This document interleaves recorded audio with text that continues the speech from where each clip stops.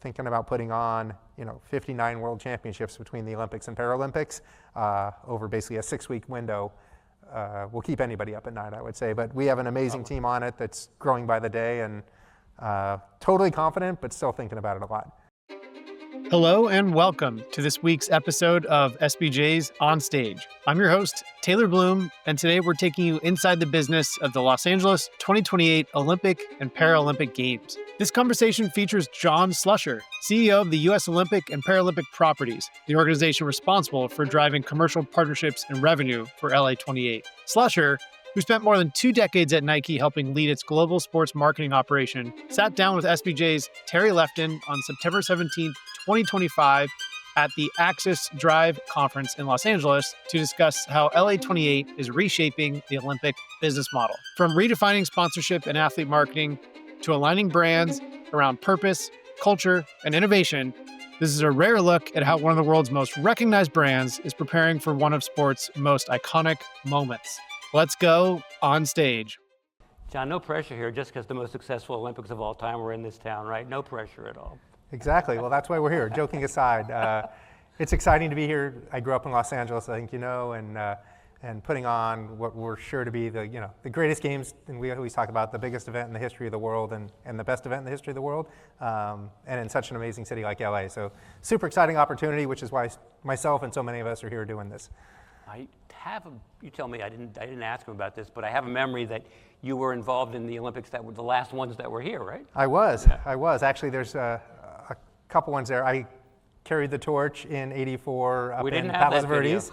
We did not have that video. There is a photo circulating around, which I try to keep hidden, and now we're selling it. But no, I remember the games, and it's interesting. I remember going and some of those great experiences, and it's amazing. When I wear LA28 gear around town now, living here, tons of people will stop you and notice the LA28, and they'll either say one of two things. They'll be like, I so remember when I went as a kid, and I can't wait for my kids to get to see it, and it's still one of my all-time memories. And then you hear so many people say, I volunteered in '84, am I going to be able to volunteer now? And again, one of those amazing experiences. And so it's pretty cool to see so many people who have such incredible memories of '84, and I think that's a big piece of what we're striving for with 28.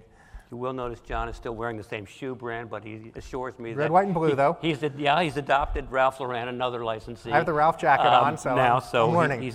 He's playing. He's not playing favorites, or he's playing a few favorites. Well, I mean, you got a 50,000 foot. What would you consider a successful Olympics here? I mean, because the other one, I mean, that's quite a standard to be judged on. The other one, right? Yeah, I mean, I think, and Casey Wasserman, our chair, has said it a lot. We're expecting this to be the greatest games in the history of the Olympic movement, which is quite a statement. And I think I've been to every Olympics other than a couple during the COVID period since 2000, and they're always pretty incredible regardless of where you are. But we have really high standards to be obviously the biggest and best sporting event in the history of the world. And I think biggest, I hate to say, is easy. I think we will hit that whether you're talking about tickets, revenue, sponsorship revenue, ticket revenue, what have you, eyeballs, et cetera. And best is obviously a little subjective, but we have such amazing facilities here, such an amazing community. When you're tying in really all of the U.S. from a torch perspective, Oklahoma City hosting some events. So we do have incredibly high standards. I think most people came back from Paris saying that they did an amazing job. And so we want, whether it's the athletes to say they had an amazing athlete experience and the kids attending their first Olympics to be a lifelong memory.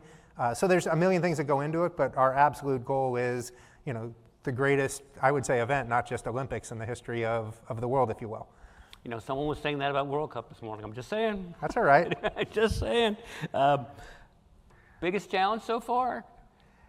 There's you're a ton. Not even a year in, right? I know. I started December 1, so finding the office, and after 26 years of going into the same office. Where's the coffee machine? Exactly. No, I think for all of LA28, there's a lot of challenges. Obviously, we have a really, really big revenue target. Thankfully for us, business has been, we talked about this earlier, business has been on fire. There was a lot of momentum, I'd say, in the beginning of the year, and now we're kind of combining great momentum with great results, whether that's, we can talk like sponsorship, ticketing, early signs, licensing. Right. But there's still a big target out there, and there's a lot of work to do in the 3 years, whether you think about it from the revenue, and we kind of divide the company in two, with myself overseeing the revenue side, and then Reynold Hoover, the CEO of LA28, operations and delivery, and obviously we work incredibly closely together. Right. But look, putting on 36 world championships in 17 days is somewhat insane, and so it's a big thing. And then we're going to turn around and do 23 more 2 or 3 weeks later with the Paralympics. So just the complexity that goes with that, and there'll be 4 basketball games a day in Mr. Bomber's facility, and the pool turning over, and just when you start thinking about all the logistical issues of this event and this event and this event all happening at the same time, and what happens when Japan and U.S. are playing for a gold medal at Dodger Stadium, and there's track and field going on at the exact same time, and basketball going on at the exact same time, and how everyone's going to get there. So I think it's super exciting. It's an amazing puzzle, and we're cranking along. Was it a $2.5 billion goal? So where are you on that timeline? On the sponsorship side, yes. Side, so course, I think yeah. our stated target with the city is a little over $7 billion of revenue, and actually the exciting thing for us is, Casey's made really clear, along with the greatest games, that we are going to self-fund, and we're going to, make sure we spend less than we make. And so, in a large way, the more we can make, the better the games can be. So there's a good challenge. I think 2.5 was a sponsorship number, and I would say this year has been incredible. I think things were a little slow, and I would say below pace before this year. And this year we've really seen, I think, thanks in large part to Paris and how great Paris was, how great Team USA did during the Olympics, and quite frankly, how great NBC did broadcasting it. I think the excitement level and the interest level. So this year has been incredible, and I'm new to this world, as you know, so everyone tells me it's been incredible, and I seem pretty happy, but I think we will do, our target was to do, I think we said earlier in the year we would get $800 to $1 billion in deals done this year, and we're on target to meet or exceed that number, and that should put us at or slightly above $2 billion kind of lifetime, with the target being 2.5. So we feel this year's been incredible. I think 12 months ago we might have had a different story, but right now we feel incredibly confident that we'll meet and exceed really all of our financial targets, but in particular sponsorship is kind of right in front of us right now. That's what's kind of cranking, along with licensing and everything from, obviously Tuesday we announced Starbucks, which was super exciting. Who's going to get there?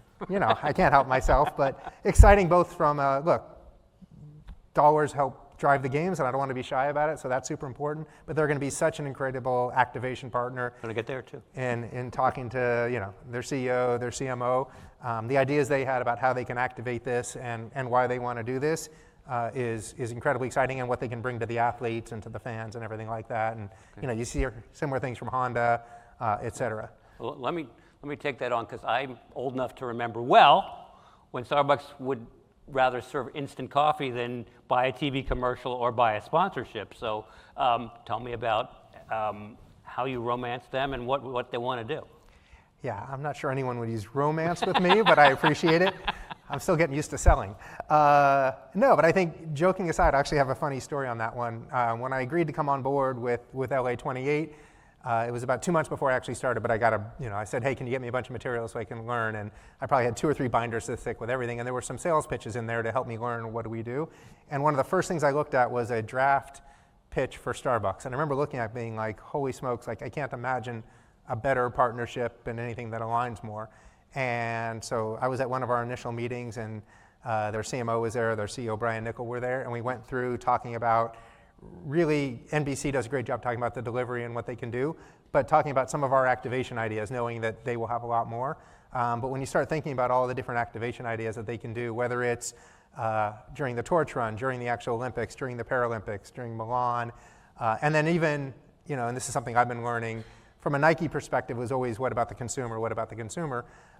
There's a lot of our partners now where the consumer is really important, but for a lot of them it's business to business might be their first priority, or the employee experience. And I know with Starbucks, for example, some of the things they could do around their baristas, imagine a barista getting to work in the athlete village. I mean, that's a chance of a lifetime, or a barista carrying a torch, or the torch stopping by some of their things. So I think it was fascinating to see how many ideas they have about activating for consumers around Team USA and the kind of passion for Team USA and then the LA Olympics, from things they can actually sell to marketing materials. But then when you think about, they really dove in early on about how this could be an amazing experience for their baristas and something to really drive pride and those lifetime experiences.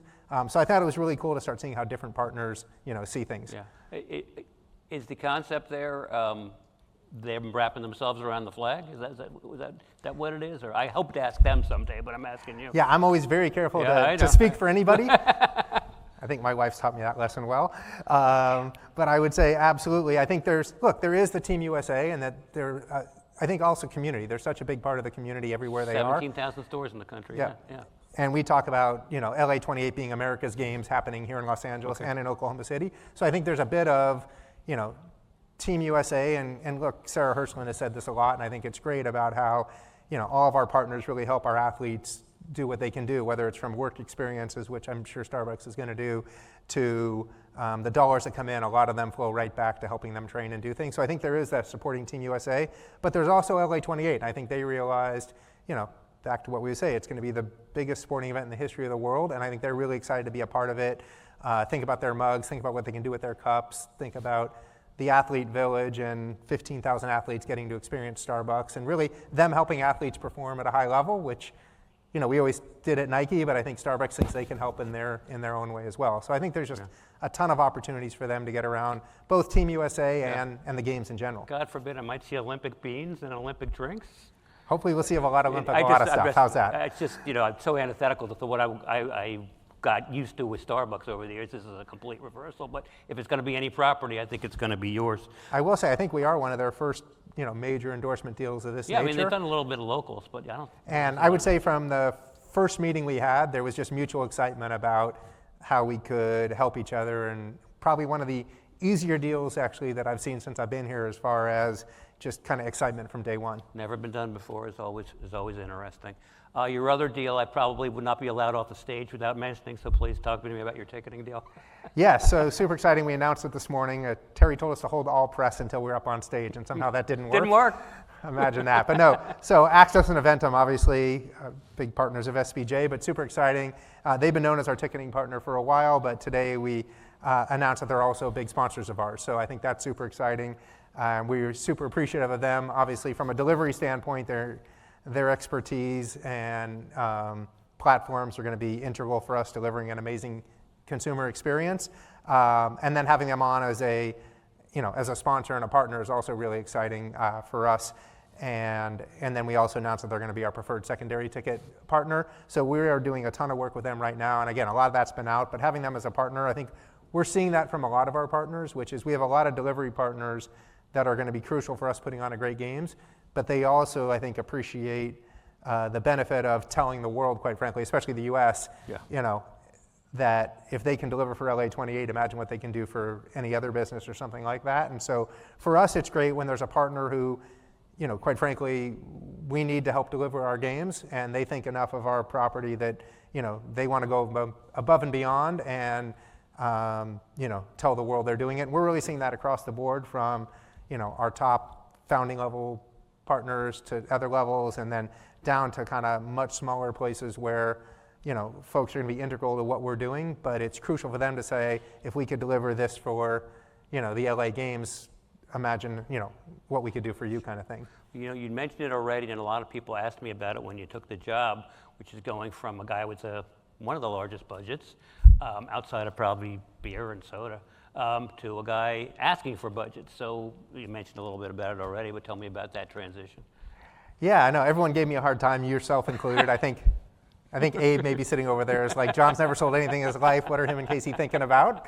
Am I close to right, Abe? I don't know.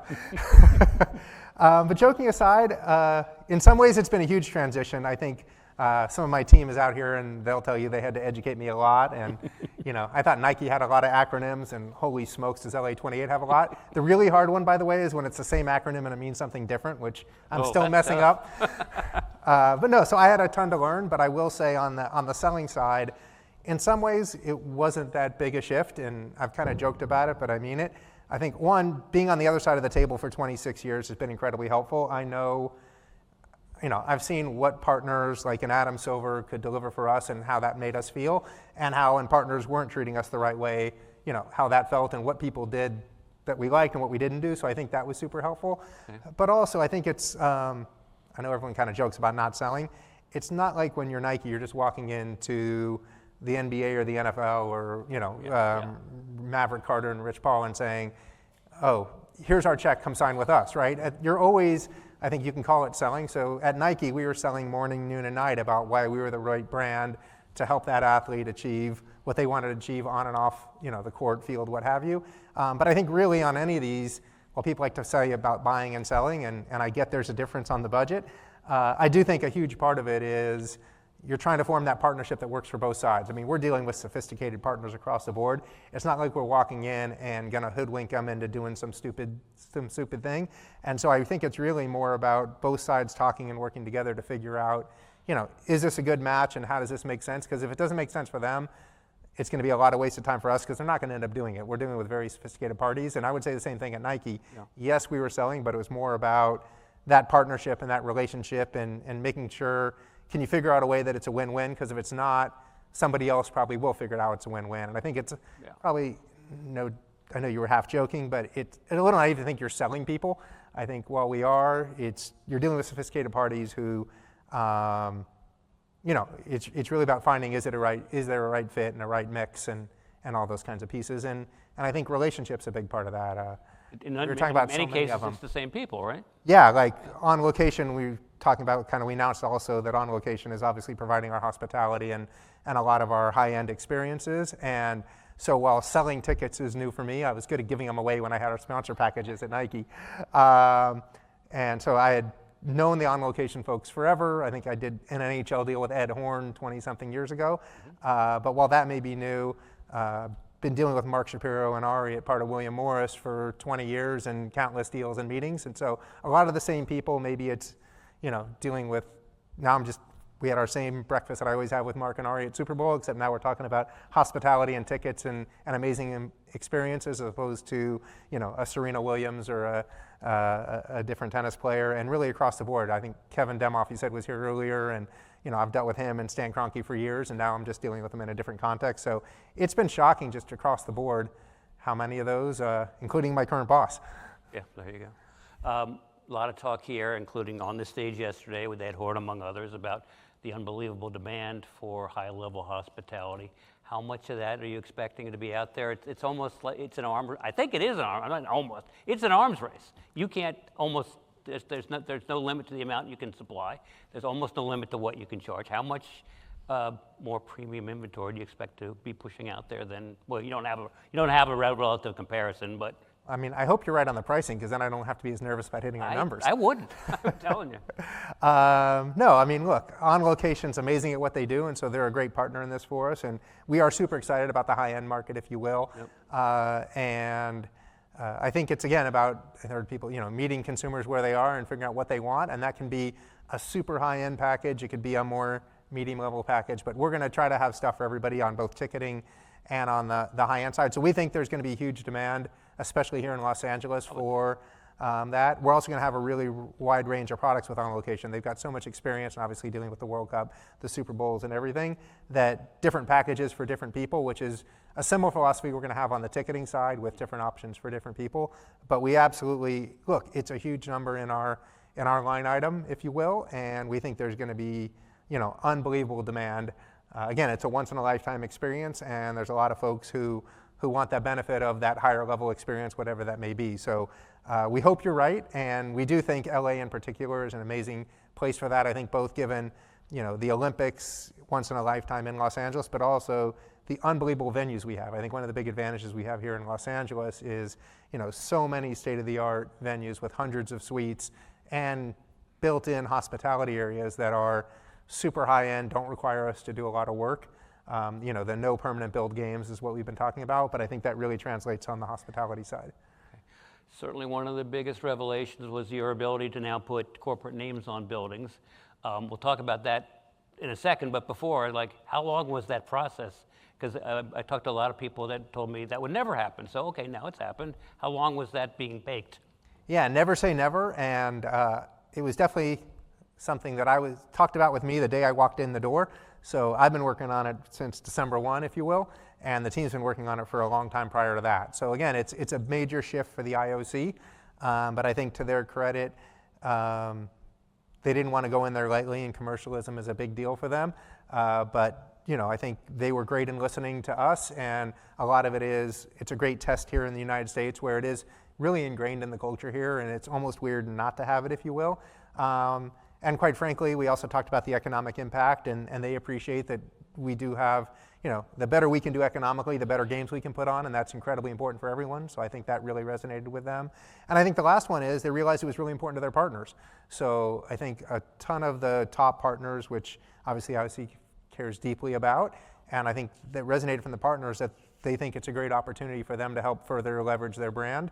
And so I think economics were a part of it, but really I think a big part of it was the IOC's partners telling them how important it was to them as an added benefit, if you will, to help them, connect with the games in a better way. So we were super excited about it. I would say we've already announced Honda, and whether Honda would have happened or not without it, I'm not sure, but it was clearly a big part of that one. Obviously really important on Peacock Theater. Yep. The temporary naming rights, we've gotten incredible interest since the story broke and since the conversations have come up with partners. And hopefully we'll have a couple announcements in the next few months with some more of that to talk about. How much do you expect that to impact the entire economic situation for you? I mean, how big a help will that be? We think a lot. Definitely could be, Casey talked about, it depends how you count things. Does the entire Honda deal count? Because without it wasn't or not. So it depends how you count. But we think that there's a good chance we'll have, 2 to 3, if not more, permanent names that are here right now that become partners. And would those have been partners or not? Would it have been at the same level or not? We can all make up numbers. And then, we think we will do significant deals around all of the temporary naming rights. And I can tell you our phone's ringing off the hook from partners wanting that. And quite frankly, people we're in conversations with saying, if we partner, do we have an opportunity to do this? So it's a really big deal. I think I don't really want to put a number out there, and I also think you can kind of mess with the numbers however you want. I didn't expect you to. But it's a significant economic piece of our puzzle. Okay, and you probably won't answer this one either. You expect that to continue, or this is the test for it, right? So. Yeah, in fairness, I don't want to speak for the IOC. I think it is a test. And look, what happens in, whether it's Brisbane in the summer or in the, various different places, the Alps. But I think if it goes well here, and I think a big part is, how our sponsors feel about it. But if it's something that the sponsors say really added value, I think, will they do it just for the money? Probably not. But when your partners are coming back and saying, hey, this was really great for us, I think that says a really, we're all in the business of making sure we deliver for our partners. Getting that done politically, more or less difficult than you thought? More, but everything's more difficult than I think, I guess, these days. First lap, yeah. But, again, the IOC were great partners on it. Yeah. I'm always shake my head at how long sometimes these take. Even our partnership deals take forever. But I also understand it's a huge commitment on the half of our partners, and they need to do real diligence. I mean, some of the deals we're talking about is more or less like buying a small company or a mid-sized company. And I think look, we spend a lot of time on everything. On ticketing, we've been working on our ticketing pricing and our ticketing plan and our ticketing things for years. And obviously we announced we're going to, come on sale in 2026, in 2027 for Para, but same kind of thing there on making sure we have price points for everybody on all that. So I think everything we do, it's kind of funny when you talk about the games aren't even, for 3 years, what are you guys doing all day? And we don't have enough hours in the day, but I think we take it all pretty seriously. Before I get even deeper in the weeds on sponsorship, give me your biggest 1 or 2 non-sponsorship concerns. Non-sponsor concerns. Interesting. I always say, people are like, what keeps you up at night? I'm like, oh, my kids aren't teenagers anymore. Yeah, they're pretty old. Yeah. I'm pretty good at sleeping these days. So I wouldn't say really concerns. I would say we have a lot going on. Like, I think ticketing is incredibly important.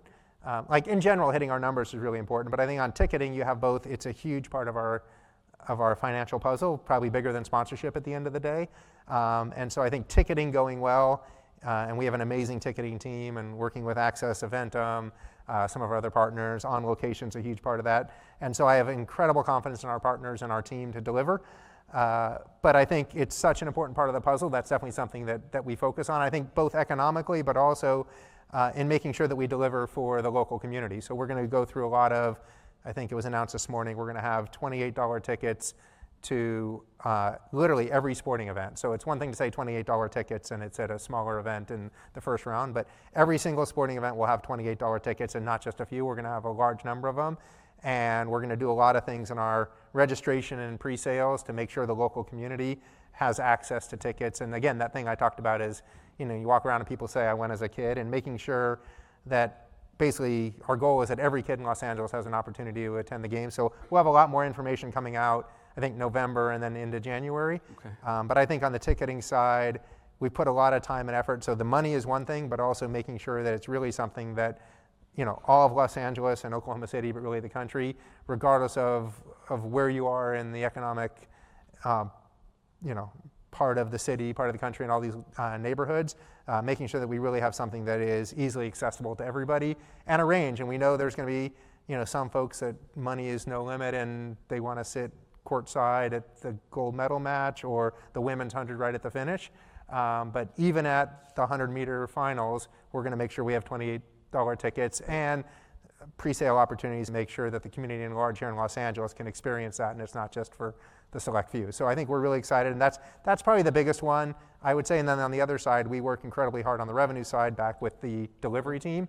And again, we said it earlier, but thinking about putting on 59 world championships between the Olympics and Paralympics over basically a 6-week window will keep anybody up at night, I would say. But we have an amazing team on it that's growing by the day, and totally confident, but still thinking about it a lot. Okay. I'm told every deal from, kind of NIL up to your level takes longer, requires more kinds and more levels of approval. I assume that's true of your level, at your level as well.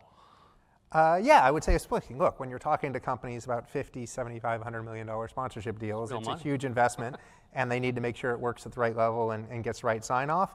But I would also say, and look, we probably hit, I'm sure like a lot of sponsorship folks here, you hit on hundreds of people to try to get 60 and 70 deals done. But I would say we tend to know pretty early on if there's something that has a good chance of working or not. And then I would say the time from handshake or almost handshake to final is very long, because these are huge investments, and ticking and tying every little thing is important. So yes, I'd love everything to be done like that, but that doesn't seem to be the real world. What are you, 9 or 10 months in? Yes. This is an unfair question, but I'm going to ask you anyway. Is there if I'd known then what I know now, is there an answer to that yet? A little bit, but I would say in general, everything's positive. I think, again, I've been at Nike for 26 years and absolutely love the people there, and I thought I would never leave and got burned out or whatever. But a part of me was, I can't imagine experience as great as that, and I'm just having so much fun. Like, I think a lot of the trepidation wouldn't have been there.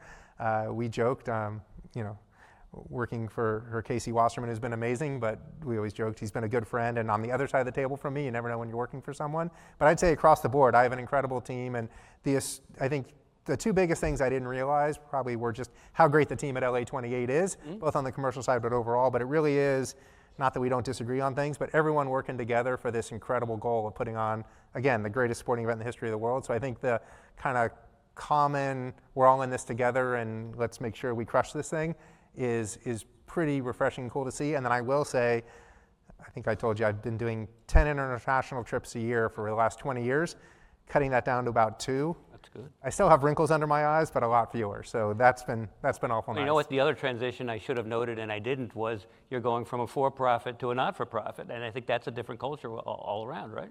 Yeah, a little bit. Look, we definitely, do I take a taxi instead of a car? An Uber instead of a car now, of course. But I will say, I'm not sure that matters that much. Meaning, I think any company you're at least.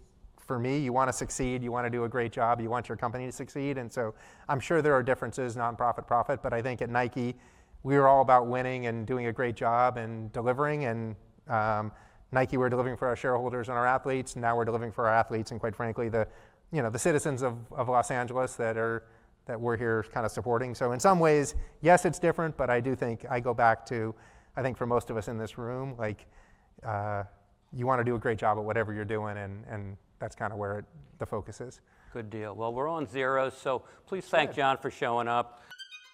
Thank you for listening to this episode of On Stage. If you enjoyed this exclusive conversation, be sure to subscribe, leave us a review, and share it with colleagues or anyone interested in how business, culture, and sport intersect on the world's biggest stage. As you think about this conversation with John Slusher, here's a thought starter. How is your organization reimagining its partnerships? not just for visibility, but for real cultural and commercial impact. I'd love to hear your perspectives. Send me a note at tbloom@sportsbusinessjournal.com. We'll be back next week with another exclusive conversation from a leader shaping the future of sports business. Until next time, stay tuned and stay ahead.